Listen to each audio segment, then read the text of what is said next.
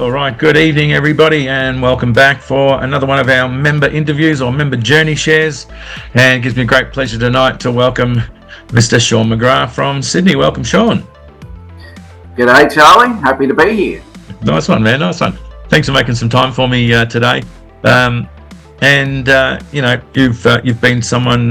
We've been in contact for quite a while now because I think we looked it up just prior, and I think it was September 2021 when we first spoke. So we've seen a lot happen in that time, and I suppose we can just try and rewind the clock a little bit for the people watching. When we first spoke, I think you initially responded to one of my ads on Facebook. I remember the call because I think we spoke for 2.5 hours when we first chatted, and clicked pretty quickly. But there was a lot of stuff going on for you at the time, mate. And I remember, from what I can read, you might be able to clear me up here, but and just to paint a picture, you've got, you're around the 50 mark like myself. You've got 3 mature age kids, and you've been bringing up those kids by yourself for quite a while. And then you got into another relationship, and that was, went for a period of time, and eventually that sort of broke down, and you, like many other guys out there these days, were all of a sudden whacked with an AVO by your partner at the time, which meant that you couldn't contact her. Yeah, well, it wasn't for the fact that it wasn't done for me not to contact her. It was done as a form of control over my abilities to get to the truth. Yeah, fair enough. So and essentially, and little did you know at the time that she was actually pregnant. So you were under an AVO, and then the police actually called you back because she wanted to initiate contact again. Yeah, that's correct. Yeah, I told them that I don't want to speak to her. That's why I haven't contacted her. And she basically went to Mount Druitt Police Station here in Sydney, and told them that she just wants to speak to me about the unborn child at the time. That I wasn't sure if the child was mine until DNA tests were done later.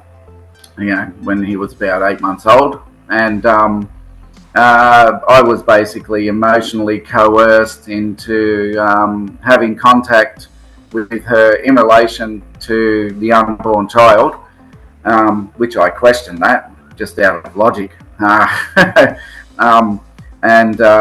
With the fact that the DVO wasn't in place, I didn't want to have contact with her because I don't appreciate being lied about and manipulated and coerced into a situation by especially a regulatory body such as the police, which put those restrictions on me to put me at risk. I didn't appreciate that. Yeah, and so eventually you end up being present at the birth. Yeah, well, the DVO went to court a few times for alterations, and that was one of them, so that I could be there, for the birth. And I mainly did that, just in case he was mine. And even though hadn't been treated right for a long time within a relationship, and I was severely disrespected. I wanted to be there also, not to miss out. I didn't want to miss out on that moment if he was mine, but for support for her as well. Because as a man, you got to be unperturbed, sort of unmovable, and let some water roll off the duck's back, mate. So the child gets born, and you go through a period of, shared custody of the child, right? Yeah, well, there was that. I was, looking after him, at least a few times a week, 4 to 5, 6 hours a day. I was also, because of my 3 previous children that I'd raised alone since 2008 from a previous relationship, I was, also suffering from empty nest syndrome, basically, which is a real thing. When your kids grow up and they leave home and stuff like that. And because of my car accident in 2016. I had a knee operation, some injuries. I was still healing from that. Had a lot going on, especially Had a lot three going on, teenagers. and you're someone that was thinking that your days of nappy changing were long gone. Yeah. Well, I was just enjoying. I wanted my kids to, grow up, finish school, get their license, get a car, get a job, help them move into a place. I had everything planned out as you do, and it all went sideways. And then, what was it, 47 or thereabouts, when you find yourself looking after a bub again? Yeah, and I've got a grandchild that's 2 weeks younger than my 3-year-old as well. So Yeah, right. my youngest daughter of the first three was pregnant at the same time as my ex-partner was. That was interesting. Hands full. All right. So a lot going on for you, mate. And Yeah. you were pushing to get agreements in place in regards to the care, because you didn't have court orders in relation to care at that time, did you? No, I still don't. Yep. We've just been sharing him half the time. We've been amicable due to the program assisting me to be able to regulate myself and realize my words and my actions have serious power, and Yeah, not okay. just my present. The program really assisted me with my self-awareness levels, and just how to be able to communicate in a way that serves my benefits me long term. I do remember that, because even things, little language hacks that I remember putting across to you, that might be a better way to put it across like this, and you very much adapted those things very, very quickly, and it became part of your natural language processing, really, pretty quickly. Because only a couple of weeks later we'd speak again, and you'd put it across to me the way I'd suggested, so which showed you were really embracing the sort of concepts. So you start work on the program, you start going through the modules, and I suppose some of the feedback I get is it's it was easy to understand. It's not rocket science going through this program. It's a lot of sort of fresh ideas and new ways to think about things, really. Yeah, absolutely. And when you're in the situation that us fellas get thrown into the deep end of, you tend to have a full cup already. You're just full of grief and anger, and a plethora of feelings that you just really don't experience on a daily basis in a normal, healthy environment as a man. Hence why we run off to work and get into things where we can solve problems and let out our true energy. So I sort of and at the time it was being so turbulent, and I'd had previous experience in this, obviously, and being such an emotionally driven person, I had to completely empty my cup, and go back to zero.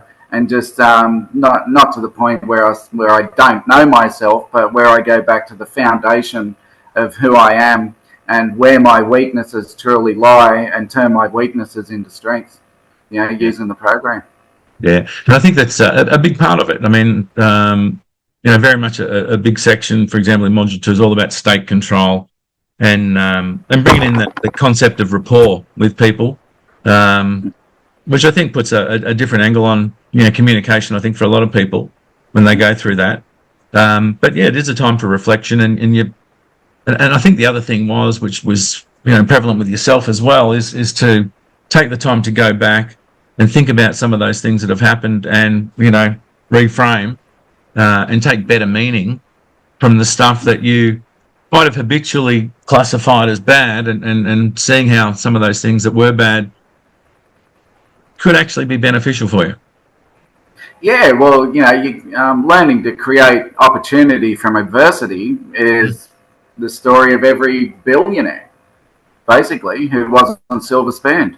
A lot of people I know who are highly successful didn't even finish school. So I keep that in the back of my head, where it's basically the relationship you have with yourself defines the relationship you create with others, based on how the words you use to communicate. And the program really focuses on that. The presuppositions, the limited thinking, rewiring your framework, your physical, neurological framework, where thoughts turn into feelings and feelings turn into thoughts, and then you take actions, and following a step-by-step process, just slowing down, being able to nail things down and go, I'm doing this, I'm doing that, and put really that masculine energy back into its place by understanding the step-by-step process of how to rewire your thinking, so that it rewires your nervous system and rewires your perception of your feelings and how you're going to use that to drive action.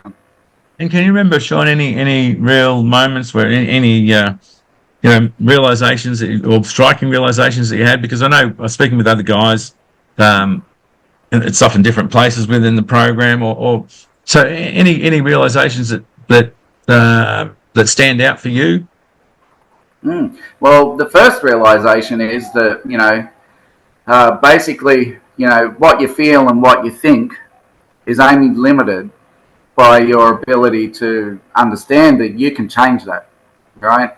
And that in turn allows you to use strong words and intelligent words to express yourself in a way that to other people who are close to you that better serves your immediate and long-term outcomes. And they were the epiphanies that I had. Yeah, and it's an interesting one. I think I mentioned to someone the other day.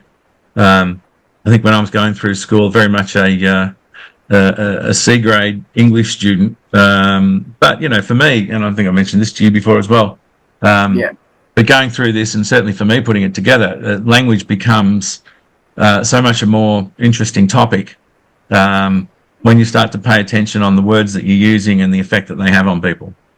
Oh, absolutely, and you've got to be able, look, the biggest thing that actually taught me was to be able to understand that silence is powerful when you're not sure, and being able to set boundaries and go, not today.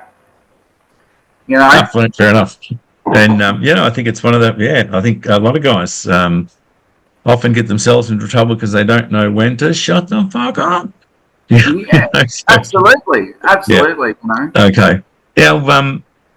What do we? And I think one thing that I've loved about working with you, you'll often go back to you give us a buzz and look. I was just going back through module 2 or whatever, and we'll have a discussion about something that you sort of may have worked a long time ago. But you very much use this as a resource, like as a somewhere to go. I mean, when you think about it, you've got your content that you're doing. Obviously, the guided meditations in there, the hypnotic inductions. But there's another area that you've played a fairly pivotal role in the program is that interaction with other members, which comes from turning up to the Q&A on a Sunday night, having that willingness to reach out to other members as you've done, and have other members call you as well. So and you've not only someone that's obviously got value out of the program, but you've also been a force for value for other guys on the program, which I've certainly appreciated.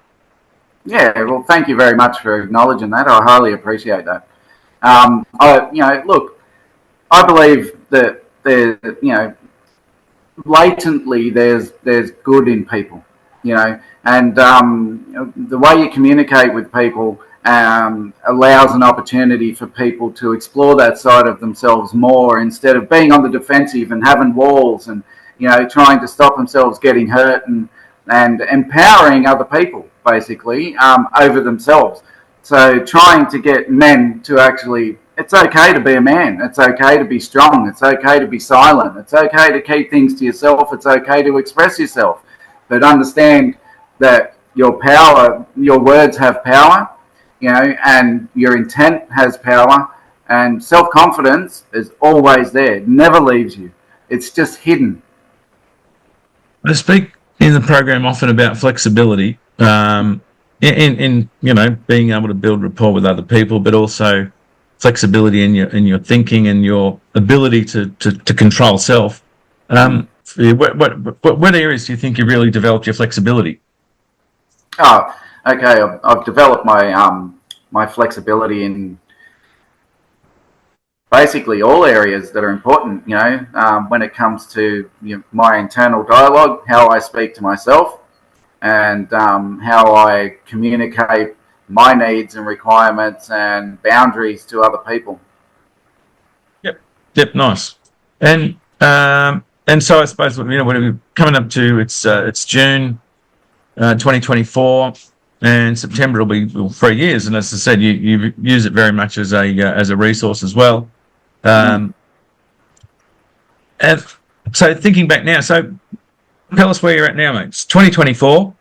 And where are things at now with how life's going? I know you finished off some studies. You've done a number of things though since we first started. So where are you today?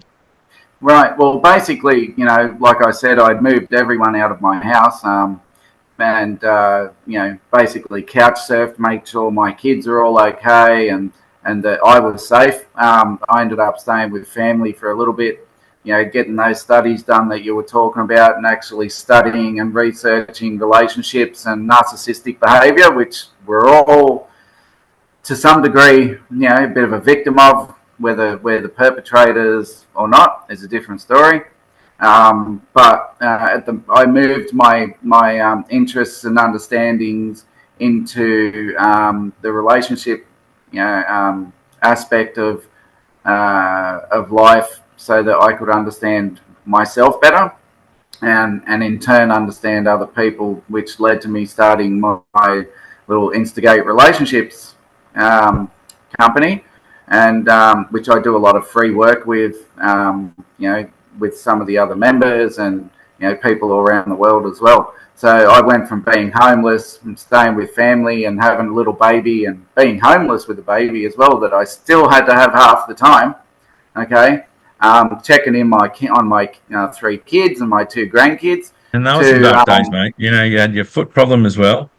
I was suffering gout. Yeah. Suffering gout, broken toe from January, helping a friend move, that sort of stuff. I've gone from not having a house and being homeless and staying in emergency accommodation with him half the time to getting a brand new unit, security unit where, I can establish myself, for a long period of time, got my freedom back, got my sense of self-worth back, using the program to platform that, and you've sprung board and essentially, I mean, it's not only sort of that, it's given you a little bit of new direction in that you're actually out there now, helping other people, which, as like I said to you, is a really great thing to do, and so it's a massive change, really. Well, I went from being a victim, which I literally was, but I was looked at as the perpetrator according to the law, which is let's just put it kindly, saying it's not serving all members of the public. To reframing everything, all my sufferings into opportunities, and I couldn't have done that without the program. And working through, the program actually allowed me to identify weaknesses, work on them, make them strengths, and be able to use those strengths to help guide other members and other people around the world, men and women. I work both with men and women, right? To empower them to be able to make sound choices that serve their higher self and their life in the immediate sense. Yeah, nice one. And Sean, let's say we got some people out there sitting on the fence today, might have been part of the group for a while, might have watched a few interviews like this, and they may be exactly in your sort of situation. They might have copped a DVO or an AVO, might have been unfounded. It might have been a situation where the police came around and went, "Who's got the penis? Right, come with us." Locked up for a couple of days, served with an AVO, attended in court. I've spoken to guys that have gone through that and have even gone to jail, purely based on allegations and then getting the wrong magistrate. So if you've got guys that are feeling the world closing in on them right now, and they're sitting there thinking, should I, shouldn't I? What would you be saying? Look, I'll put it this way. Basically, if you're looking if you happen to come across Charlie's program and you're looking for something, then I highly recommend the program. Mainly because, Charlie's an open book, non-judgmental. I know you personally. You're a good guy. You're a family guy. You understand, hardships as well. You've had your own. I've had my own. A lot of the men in the program have. So you've got relatability. You've got support, and there's no shame in actually admitting you need a bit of help and jumping on board. I mean, how do you put a price on your mental freedom and your emotions and your quality of life? What price do you put on that? And and it's a great opportunity, for such a small price to change your whole life in just a month, and it really depends on you, how you present yourself, coming into the program. Come in with an empty cup. Come in, willing to get some guidance from guys who actually care. We all care about each other. And there's hundreds of us. I talk to plenty of guys whenever I get the opportunity, see where they're at. Help them find their center. It's not a pissing contest of who can do better or whatever. We just want to see everyone do well. We want to see guys happy, families happy, girlfriends, wives, kids especially, because they're our future. And if we don't step up as men and lead our kids, the government will, and that's not going to serve us. We're all going to end up in shit.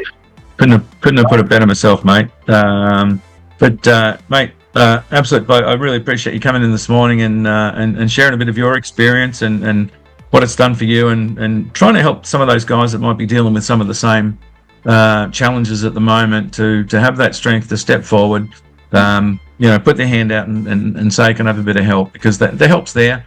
But mate, I very much, look, at the end of the day, mate, I love what I do. People join the program, I get to a client, they turn into be friends. So, I've had the joy of having you come up and visit me here on the Goldie when you're in the area, which was great as well. But to all those guys out there that may be sitting there thinking about what might be your next port of call, as I said, it usually starts with a phone call more often than not.